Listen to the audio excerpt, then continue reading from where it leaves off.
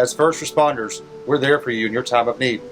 We understand that life can change in a blink of an eye. You are scared. You are desperate. You're alone. You're hopeless. In the state of Texas, you may legally, without questions or judgment, surrender your baby if it's within 60 days or younger and is unharmed and safe. You can take your baby to any hospital, fire station, or freestanding emergency medical clinic. Please give your child to an employee who works at these safe places and tell that person that you want to leave the baby at the safe haven drop-off.